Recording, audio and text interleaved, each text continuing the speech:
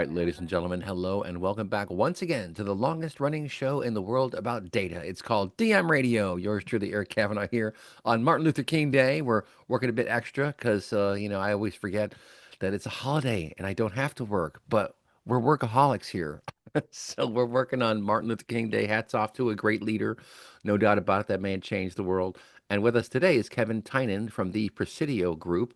He's the guy who predicted the auto bailouts years ago. He got some nasty grams for it at the time, but then guess what? He was right.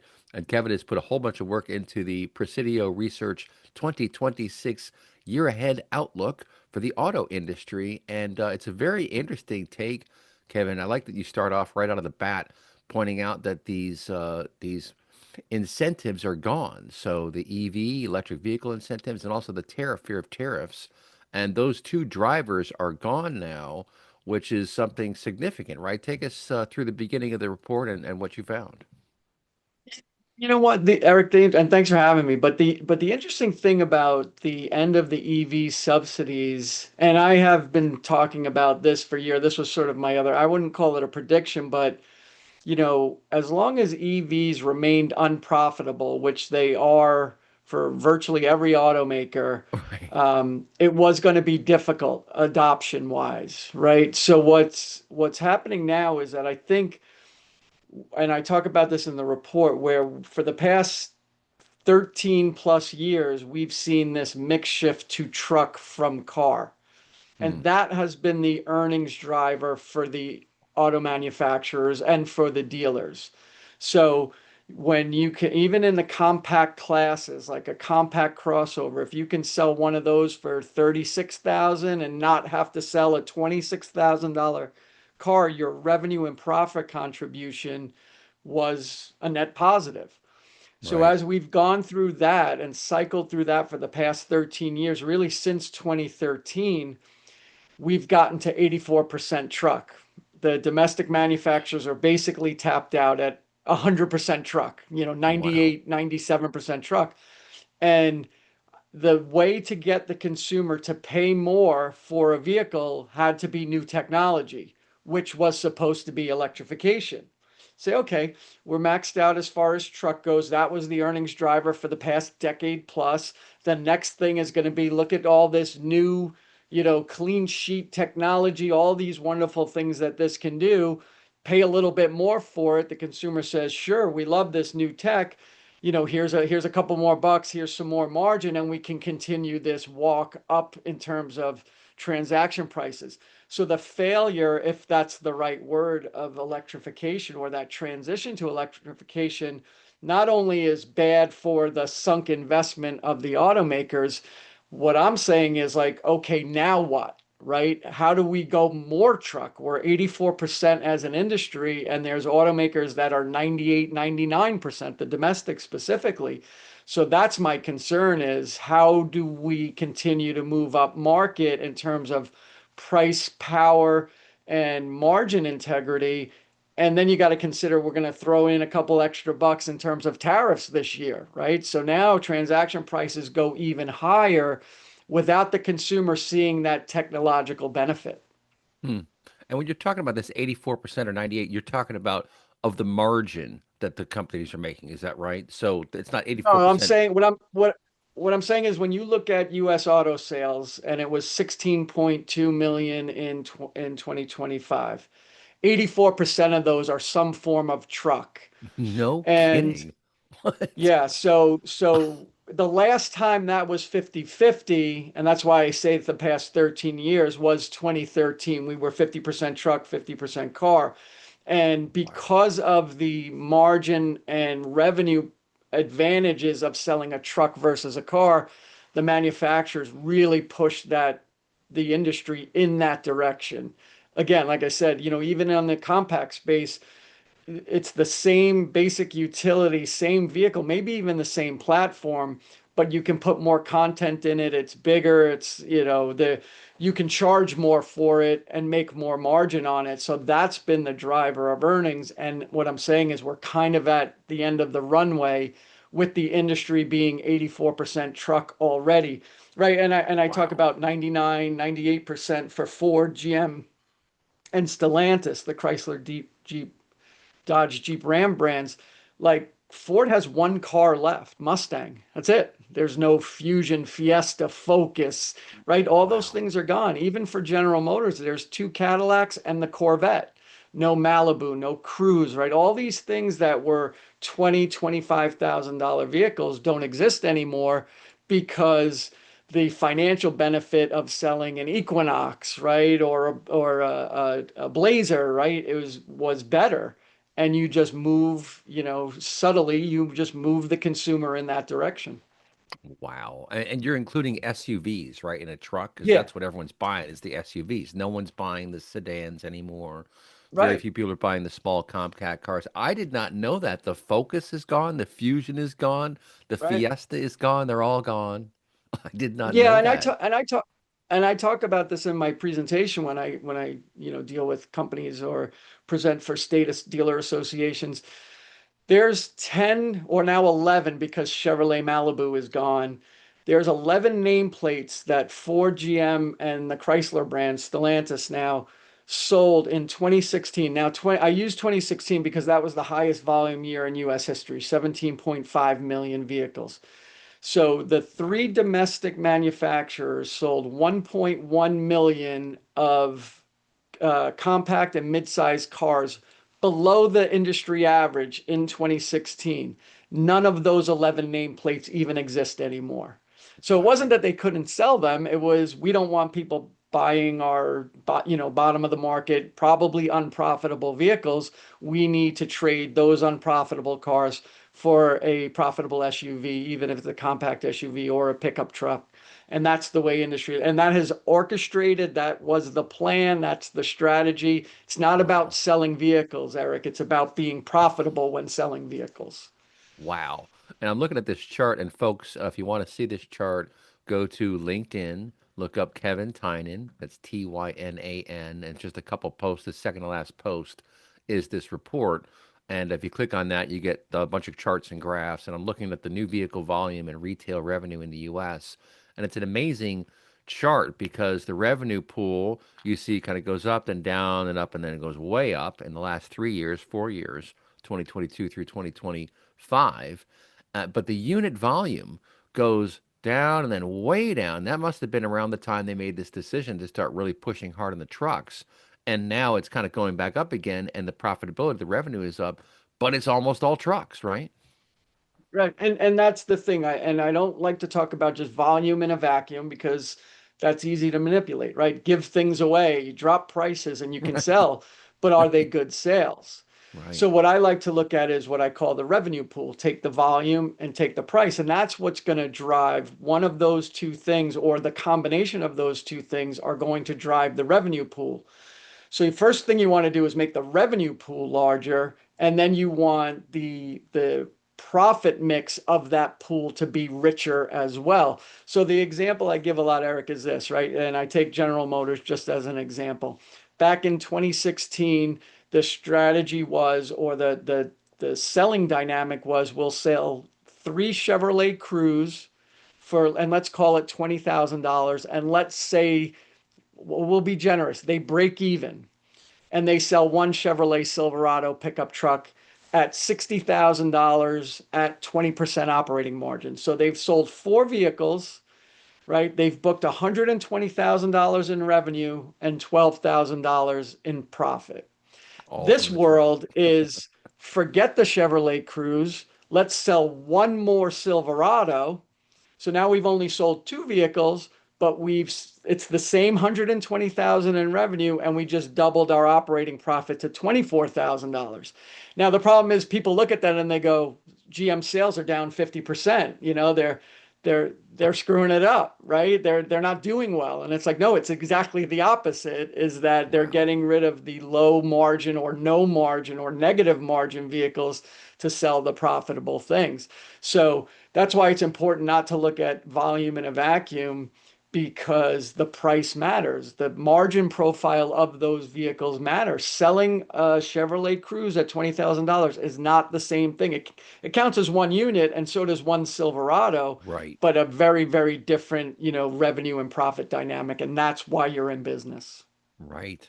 Well, and then speaking of tariffs and why some people think we need them, you look at China and what they're producing. I saw that news report where the chairman of Ford was out there saying that his visit to China was the most humbling experience of his life. Did you see that one? I'm presuming you did, Yeah, because he yeah, Jim saw Farley. how automated the factories were. He saw how much they're able to deliver at a price point, and he basically realized that we're way behind the eight ball here. That's a very different margin over there. They're talking about mass quantities of electric cars and relatively cheap cars, as opposed to here, we're only selling high end. So, do tariffs protect us from that, or what's happening there?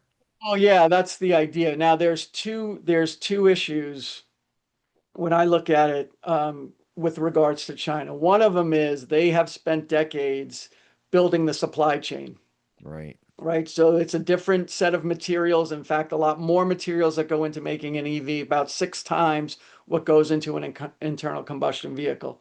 hmm, But they've spent decades buying the mines and perfecting the processing of those things. So they control the supply chain first of all.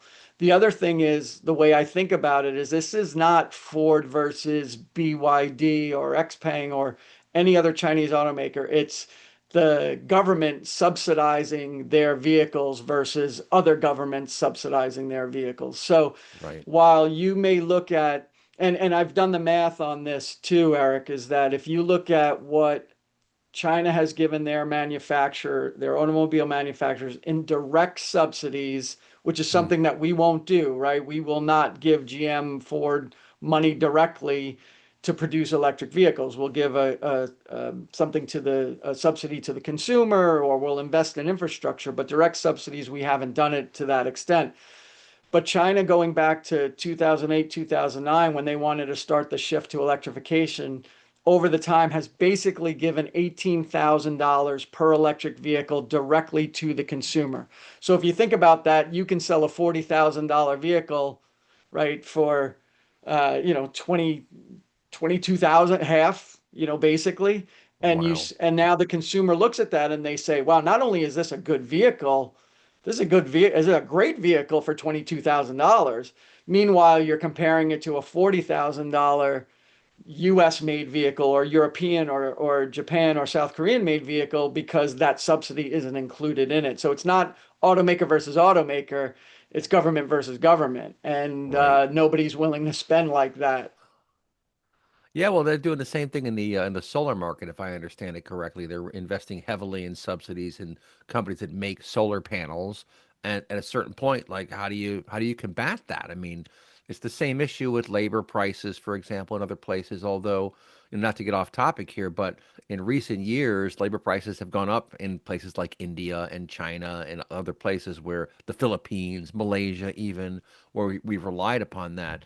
But getting back to the auto vehicles, those numbers are amazing. But then I look at myself when I drive in, drop the kid off at school, for example, I see SUV, SUV, SUV, truck, truck, sedan, SUV, SUV, sedan, like because Right, right. that's what they're producing. Well, and to your point, right? Labor costs are always going up. Everybody wants to make more money next year than they made this year, right? And now you multiply that mindset by everybody who touches a material, a tool, sits at a Right, cubicle, like so all your input costs are always inflationary. So yeah, what do you do as a manufacturer? Again, you have and not just automobiles, but you have two choices. You're either going to produce and sell more stuff, or you're going to sell the same amount or less stuff, but earn more doing it, right? right, And the choice has been the latter, is that our enterprise gets more expensive. So is it easier to sell more stuff profitably, or is it easier to really put in the high margin options and content into a vehicle or any product and say, this is what you're paying more for? That's where we're making our margin, is on these other things. And that's been the orchestrated strategic decision, like I said, right, for the past 13 years. We'll sell right. fewer, but we'll make more money doing it. Right. Well, it makes sense. I mean, these are business decisions. These are for-profit organizations. They're looking to make money, and they've got the whole process nailed down. You made a couple interesting comments about the Chinese and building out their supply chains. I would imagine there have been some scratched heads and some sharpened pencils in the last few years, finding new supply chains for our vehicles too, right? And just having a much greater focus on supply chain dependency when you have things like tariffs, when you have things like wars around the world and adversaries selling you important goods. I mean, the whole thing of the raw minerals, like the rare earths, for example, that's another thing. So I'm guessing a lot of our companies are paying a lot of attention to supply chain now, right? Right. And that's the thing, you hear about um, supply chains and national security.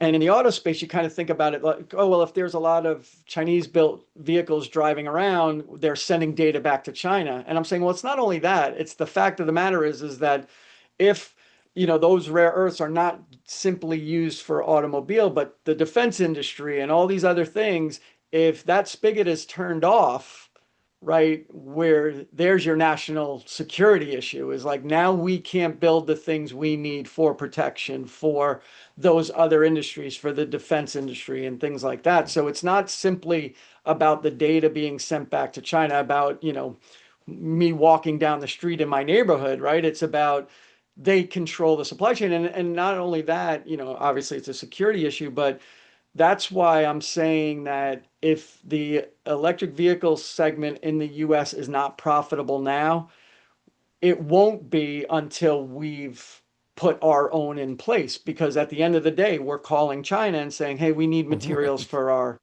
for our electric industry, right? So, and it's Right. like they decide. And if they decide that they're taking their ball and going home, well, then you don't get the product, you don't get the materials.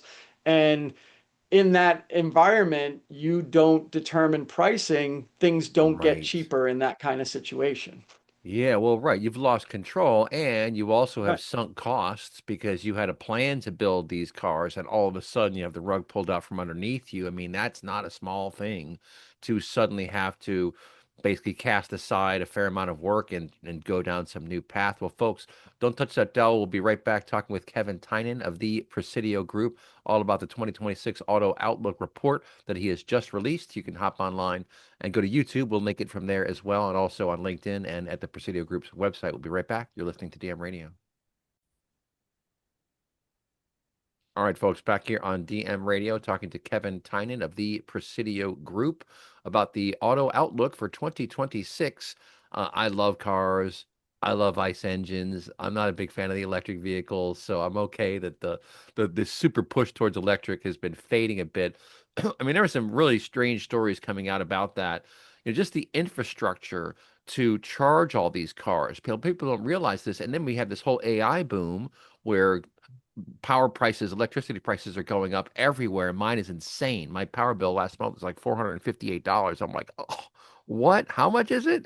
Can we get solar panels out here? What's going on? So there are lots of factors coming into play here.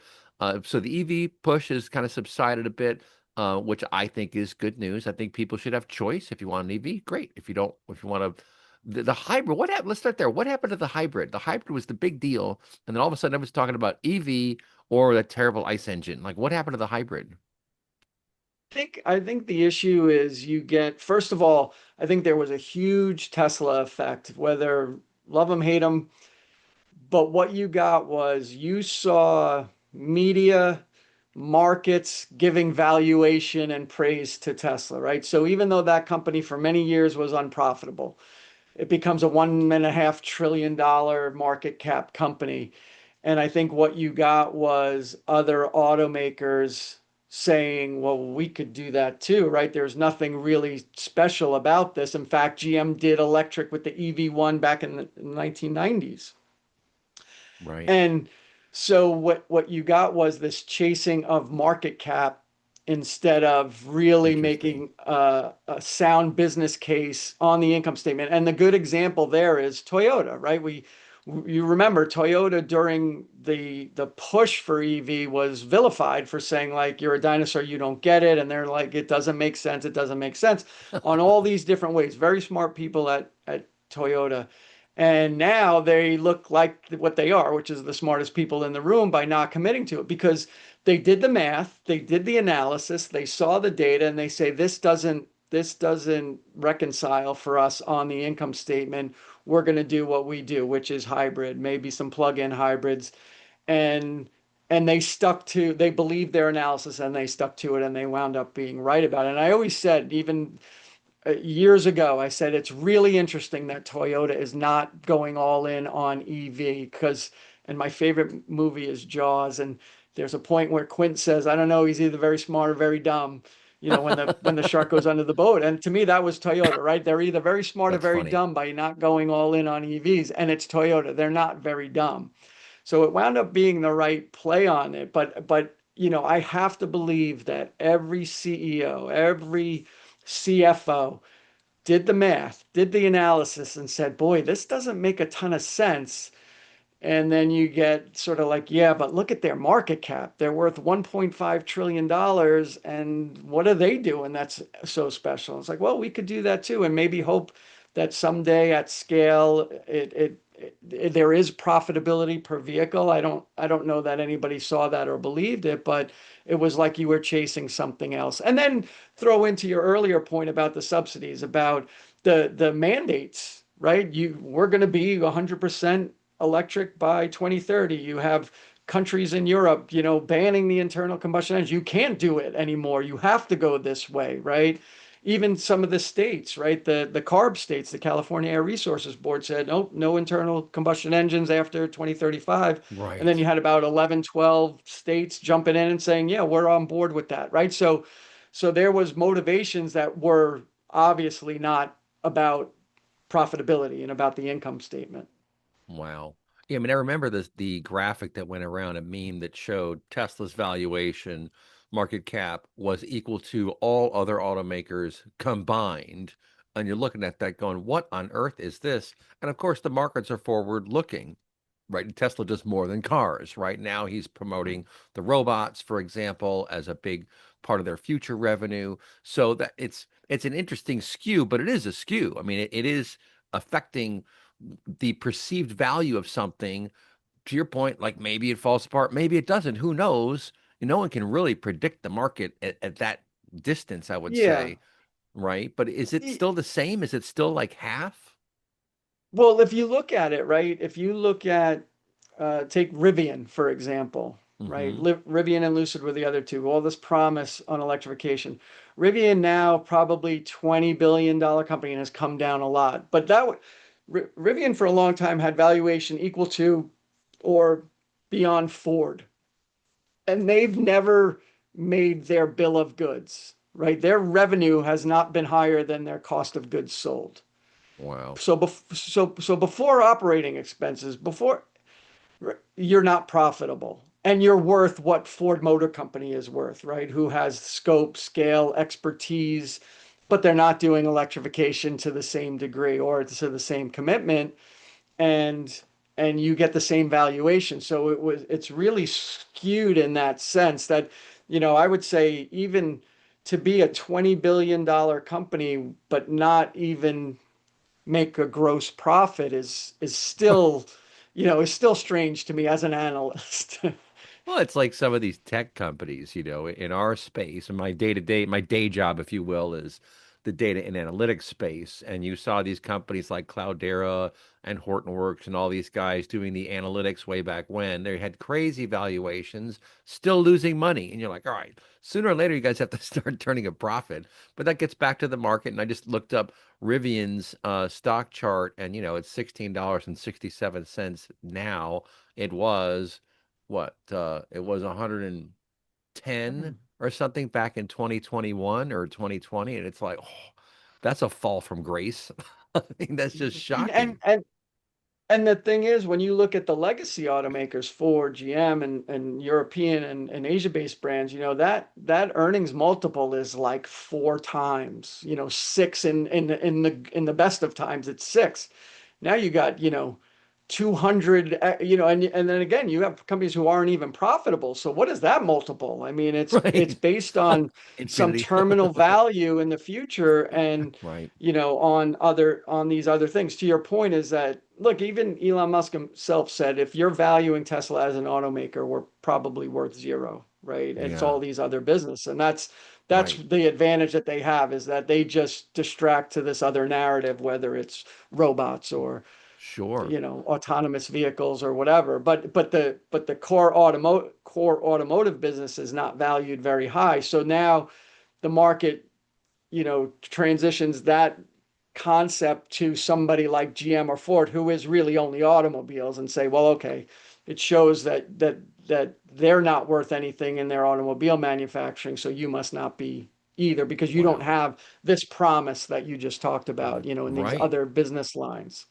Well, and a good friend of mine, Dion Hinchcliffe, he's someone we've had on the show a few times. You should meet him. He's super, super smart guy. He thinks about this stuff a lot too. He was talking about years ago how Musk is so smart about using financial instruments and in particular the government because he gets the government to finance a lot of his R&D because of SpaceX and the things he does there. So he's got a very well thought through architecture to his businesses where one feeds the other and it's not just like the other automakers where they're just in the business of making autos. So I think that's a big part of why there's still so much Oh yeah. excitement despite all the blowback for the political stuff, right?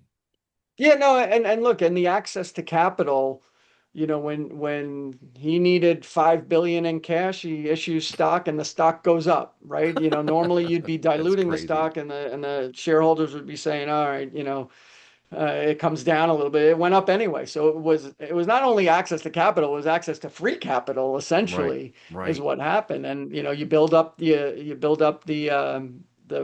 balance sheet with cash and you're good to go. And that's one of Wow. the advantages is that they reach scale before a lot of these other things. And I mean scale financially as well, where when you look at some of the China-based brands or Rivian and Lucid is like they didn't really get to scale before this EV narrative started to turn negative. Right. I saw, I guess it's 3.5 years ago now, or maybe right around the time that Musk bought Twitter, I saw James Gorman, the chairman of Morgan Stanley, at a Reuters event in New York. And the Reuters reporter was kind of badgering him, trying to lead him down the garden path to admit he made a mistake in investing in X, because of course they all hated X. And he had this amazing line. He kept getting badgered by this lady like again and again and again. And finally, and this is broadcast all around the world. There's an audience here, and it's Reuters, right? It's a big deal. Finally, he chimes in. He goes, "Look, we're not stupid." That's what he said to her. I was like, "Holy Christmas! What a Yeah. thing to say." He said, "Look, Yeah. Elon Musk is an amazing person." He goes, "I would not write that man off." And he said, "If you have doubts about him, I suggest you go visit a Tesla factory and just take a look at what they're doing." So I thought it was a very remarkable statement that he made. And of course, what has happened now? He wound up baking it into XAI or something, and all these clever machinations that he's done Yeah. to where they got their Yeah. money. They got all their money. There's no Yeah. Yeah. problem with their That, investments, that's right? right. Yeah. It's amazing. But speaking of profitability and making sure you continue to make money, the other number that really struck me, there's several in your report. One, and this is why I love the data side of things. You said over 16 million sales, the profit margin tends to, or the pricing pressure kind of goes away, right? It erodes. So, but you're talking about supply from many different automakers. Do they talk to each other like about how much they're going to produce Oh, or no? yeah. Look, and yeah, that's the problem, right? Well, when you go back to again, right? So the revenue pool grows with volume or pricing, Right. right? So above 16 million is where pricing starts to break down and you start seeing discounts and incentives. The problem with that, Eric, is that capacity in the US to build or in North America is probably closer to 20 million vehicles, right? And obviously some are exported and a lot are imported, about 5 million are imported. So what you have now is you have overcapacity. Hmm. So we have, and I don't know if this chart is in there, but it's one that I show in my presentation, which is to say if I'm looking at 80% automotive factory capacity utilization as being the goal, 80% is good because you can add more, but you're not paying overtime constantly, right? Interesting. It's a good level. So looking at 80%, we've been under 80% for 33 consecutive quarters, Hmm. right? And that's the second worst stretch in history, and the data goes back to 1972. The Wow. worst stretch was 34 quarters, so we're one two away from setting a new record, and that was during the bankruptcy period, right? You had a Wow. lot of underutilized factories, and it becomes unsustainable. So as an automaker, the problem with that is that, okay, here's your choice is we know that if we can, like in the pandemic period, if we can keep supply and demand tight, pricing is strong, margins are good, it may only be a 5 million unit market, but pricing is really good and margins are great and we're all making money. The problem is that I'm not using my factories and I'm paying to have underutilized capacity. Right. So the choice is run the factory, absorb those costs, and figure out how to sell it tomorrow, which usually means discounting it or incentives. Or my choice is I got to take out some of that capacity. Hmm. And the choice historically has been I'm going to run the factory, right? Hmm. And what I'm saying in the report is like we're going to get to a day of reckoning where now there was a period I think through the pandemic where those factories went idle, but they were sort of reincarnated as EV factories, right? Factory Zero, Hamtramck, and we're going to repurpose this factory from that to EVs. And now, again, that's sort of fallen apart. So now we're back to this overcapacity condition or perpetuating it even further into the future until something is done about it. And I don't believe the answer is to continue to run the factory, Hmm. 17, 18 million. We could do it, but there goes pricing power and margin integrity is gone. Yeah. So we're getting to the end of this runway where it's a little bit of decision time, which says, are we taking out headcount? Are we taking out factories? Are we consolidating automakers and brands to make the industry a little bit smaller and tighter and closer to where the actual capacity and demand are better in line. Um, and I got to say, I'm not super confident that this time is the time that the Where you industry get this gets figured religion out. and says we need to take out capacity.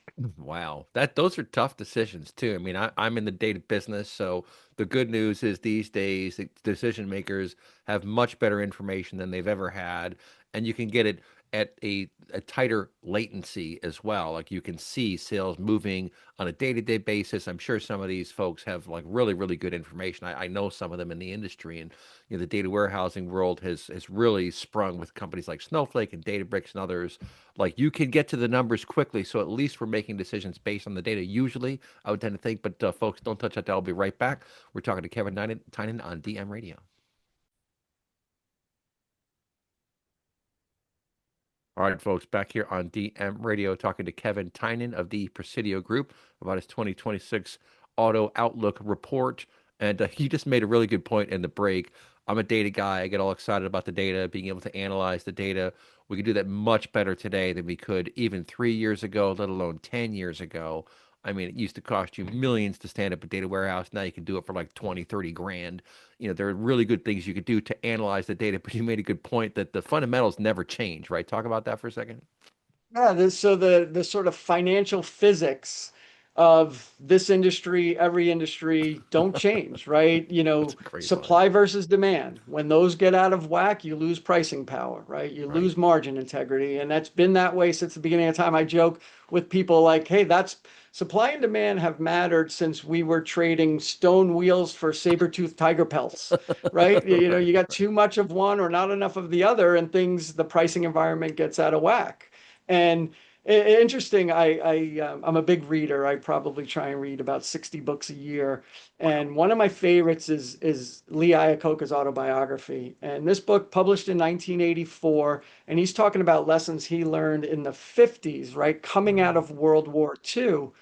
And that, so a lot of that automotive production went to the war effort. And he's talking about exactly what we saw during the pandemic. Supply chain disruption, supply and demand come super tight and balanced. And let me just let me give you data around that, Eric. Before the pandemic, we would typically have 4 million units of inventory on the ground. We we on average over the long term sell 1.3 million a month. So there's times we have 4 times the inventory versus the demand profile. Now, that demand number 1.3 stays very, very consistent and very level over a very long time. It almost doesn't change at all, but the inventory levels go from 4 million. So from 4 million before with basically no pricing power during the pandemic, demand stayed at around that million unit level, but inventory actually went to 900,000. It went below. Wow. And that's when the consumer is paying over MSRP, right? And there's instead of 4 buyers for one vehicle, now you have, one buyer for a half a vehicle. So there's competition amongst the consumer and pricing goes up. Wow. But Iacocca was talking about that happening post World War II, right? So all the production goes over to the war effort. There's not enough vehicles on the ground. The consumer was paying over MSRP in those days. Mm, So you fast forward 75 years later, and it's essentially the same thing. Those physics don't change. You have mm. too much stuff, you have no pricing power. You don't have enough stuff, you got some pricing power. Right. And the automakers have obviously that was a very, very stark lesson and trying to keep now post pandemic, trying to keep supply and demand tight, and they can control Wow. supply. But again, if your capacity utilization is low, that hurts to keep Hmm. supply tight. Wow. And what about the time from ideation to new model? Are they all still in an annual process, or are we at a place now where they can midstream decide, hey, we're going to make more of these or less of those? Like, what does that look like? Is that still static or is it dynamic? Much more nimble, and that has a lot to do with factories and technology and data, right? Is that you can make decisions much faster. So you don't have, these super long 8-year life cycles for a platform, right? That's the other thing is that you're sharing more platforms and technology and spread globally where that was much more difficult. Now, again, the demand profile country to country can be very different, Hmm. but ultimately you're trying to share as much as possible, spread cost amongst, as far and wide as you can. So that's much better. But again, I think my point is that we're at the end of these runways Hmm. where now, okay, what's the next technology, right? We're not necessarily going to reinvent body architecture of vehicles. We're pretty much everywhere, every size, every shape, every utility.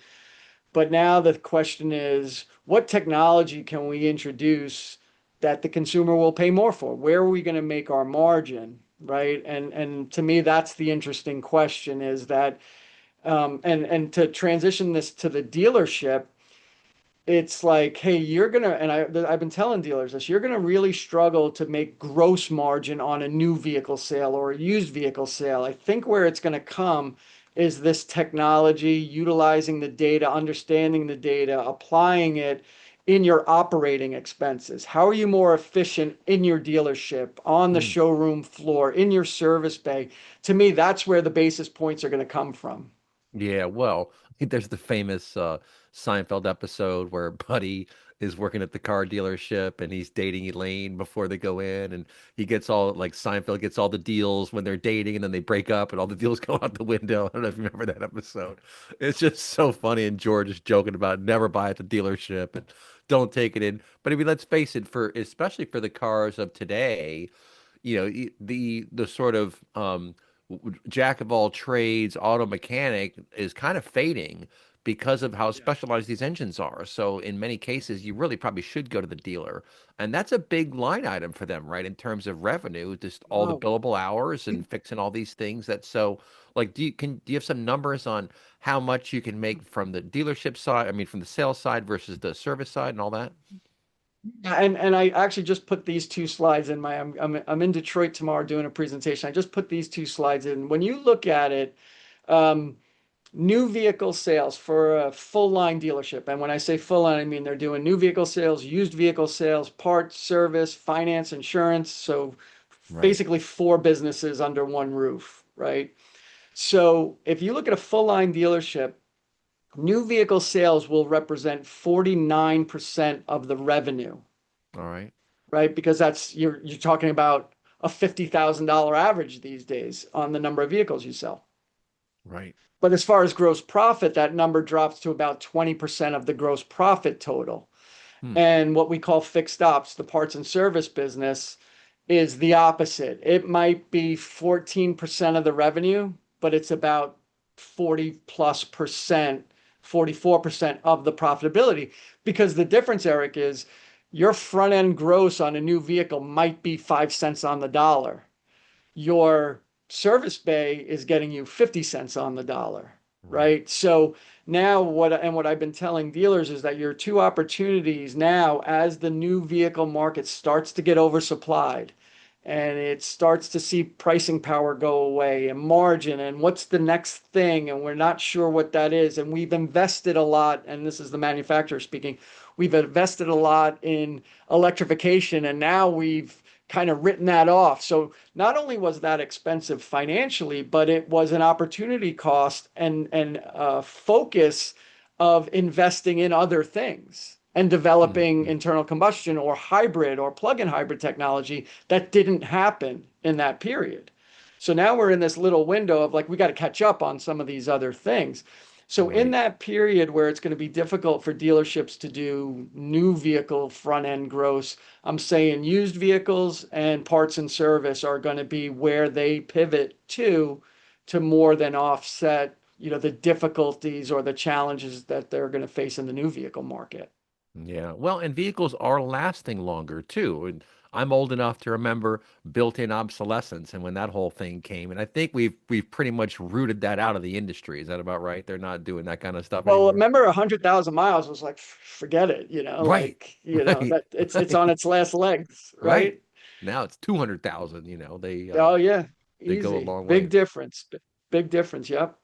Yeah, well that's good stuff. I mean, the quality is there. I mean, I've got a Subaru and I've got a we've talked about it before, a little Mazda Miata 6 speed, manual transmission. That's the other thing is manual is going away too, right? I mean, how many No, yeah. manual transmission cars are there out there anymore? Like one per company, if that? Yeah, you could probably get one in the Mustang still. Corvette doesn't do it anymore. A lot of the high-end stuff. My son works for Rolls-Royce, and obviously that's owned by BMW. So he's got a little Z4 with a manual transmission, but that's going away, I think, in the spring also. The Oh, last of those. So that's so yeah, sad. I hate it is that. sad. I Yeah, hate I I've love been talking manual. about getting something with a manual for the just to have because they're extinct. That's really sad. There's something very special about controlling the gears that you're in. I mean, especially for sports cars, but for any cars. I mean, I just like that. And like my Subaru has little push button things. That's not the same. I want a clutch. I want to be going like this. It just feels good to do that. Well, we got one segment coming up left here with Kevin Tynan. Check out his report on LinkedIn. It's linked right there. It's also linked at the Presidio Group's website. Uh, I love learning about cars. I love learning about what's happening. We'll talk about some of the new technology that the dealerships can use in our final segment here to stay on top of things because you got to stay agile, you got to stay focused. Otherwise, someone's going to be eating your lunch. We'll be right back. You're listening to DM Radio. All right, folks, back here on DM Radio, time for the podcast bonus segment with Kevin Tynan. That's Tynan of the Presidio Group, talking about the look ahead for autos. They're gosh darn expensive these days, man. 50 G's for a car. Like, a friend of mine here in Pittsburgh, he got a super sweet deal. He bought a two-story, two-bedroom house for $50,000 last year. But like right after he said I want it, someone else came in and offered like 70 and 80. Now they're all jacking up. So he got a super sweet deal. But you used to be able to get a house for 50 grand. Now it's Yeah. a car for 50 grand. I mean, that is a just shocking disparity in terms of what it used to be priced at. But now the dealers can do some pretty interesting things. I mean, you can do customer segmentation. You can be very focused on your marketing efforts, on taking care of your tip jars, they say, and even technologies that will identify what kind of car is coming on the lot, what kind of pocketbook this person might have. So there's some pretty clever things that dealers can do to optimize their sales process, right? And look, Eric, what I say is the only thing that you're as a dealer you're is not coming back is affordability, right? Right. And you talked about $50,000. We saw the average transaction price for December. But the other thing I also look at is the average MSRP, which was over $53,000 in December. Now you get the consumer says, well, I'm not paying that. And you get some discounting in there that brought the number down to closer to 50, 51 in December. But think about that, right? And especially as automakers, the manufacturers in 2026 pass along some of those tariff costs, which I think a lot of them were absorbed in 2025, where they said, look, we're gonna eat this for this year, but that's not sustainable. So now as those costs get along, think about that. And our friends at Cox Automotive, who came out with the 53,000 MSRP number, are saying, look, that number could be $2,500 in 2026. So think about that. We're going to have an average MSRP $55,000 in this country before we know it. And maybe even in Wow. 2026. It's incredible, right? That's crazy. So the one thing I'm telling dealers is like, look, there's no way back. There's somebody can sell a $20,000 whatever, but they're going to control the volume on that because it's unprofitable. I just did the math on Ford globally. I was trying to do it on their EV unit, the Model E business unit, but I did it on them globally. Ford's cost of goods, because I hear this all the time. Oh, if somebody could make a $30,000 EV, they'd sell them all day. And I'm saying, who cares? If you're losing money on it, you don't want to sell it all day, Right. right? So I think about that $30,000 line, like, oh, you could sell cars for $30,000 all day. It's like, of course. So I just did the math on Ford. Their cost of goods sold in the third quarter, we're waiting for the fourth quarter report, was $37,500. So how Wow. many $30,000 cars can you sell, right? Now you can do it, but you're not doing it for profitability. What you would be Right. doing is saying like, hey, we want an entry product to pull in, young buyers. Somebody graduates college, they need their first vehicle, they want something new. We have something for you around $30,000. We are knowingly losing money on and doing that, hoping that someday you'll be loyal to us, which there's no guarantee. But, Wow. from a shareholder's perspective, it's, hey, that's not hard math to figure out that that's bad Right. business, Wow. right? So, so this idea that affordability can come back or will come back, or that automakers should move down market, it just doesn't It's not going to reconcile. happen. Yeah. Yeah. So that's why I say, in that sense, for the dealerships, right, in your service bays, and it could be scheduling more efficiently, Right. uh, Anything. you know, Right. A good point. yeah, parts ordering in advance, when the appointment, like there's so many technologies, and we see it at the Presidio group. We have a division that does automotive technology investment banking. We see these companies from the early days, and it's amazing what's out there. And it could be mobile service for a dealership, right? Just, hey, for the easy things, brake jobs, oil changes, we'll do it in your driveway, right? Right. There's so many options, but again, it's not going to come because the consumer's paying over MSRP or Right. margins get super wide again. It's going to come because you're running your business more efficiently, more creatively, and you're finding 10 places where you can wring out 50 basis points, not Right. one place where you're going to wring out 500 basis points. Right, that's right. You got to look for the small wins, basically. And I think you're exactly right. There are so many efficiency gains to be had now with technologies on ordering, on scheduling, all sorts of little things that you didn't think were costing your organization too much. But when they add up, you're like, wow, we just saved a whole heck of a lot of money. I'll close on one thing. One thing I've noticed, and I didn't see this in the report, but I may have missed something. Motorcycles. I don't see a lot of motorcycles out there. I don't see a lot of motorcycle ads. I don't see really any movement on that front at all. Is am I missing something or what's going on there? And it's a shame. I just think that as that transition to truck from car, right, we're driving bigger, scarier things. And safety and motorcycle, and I'm a motorcycle guy.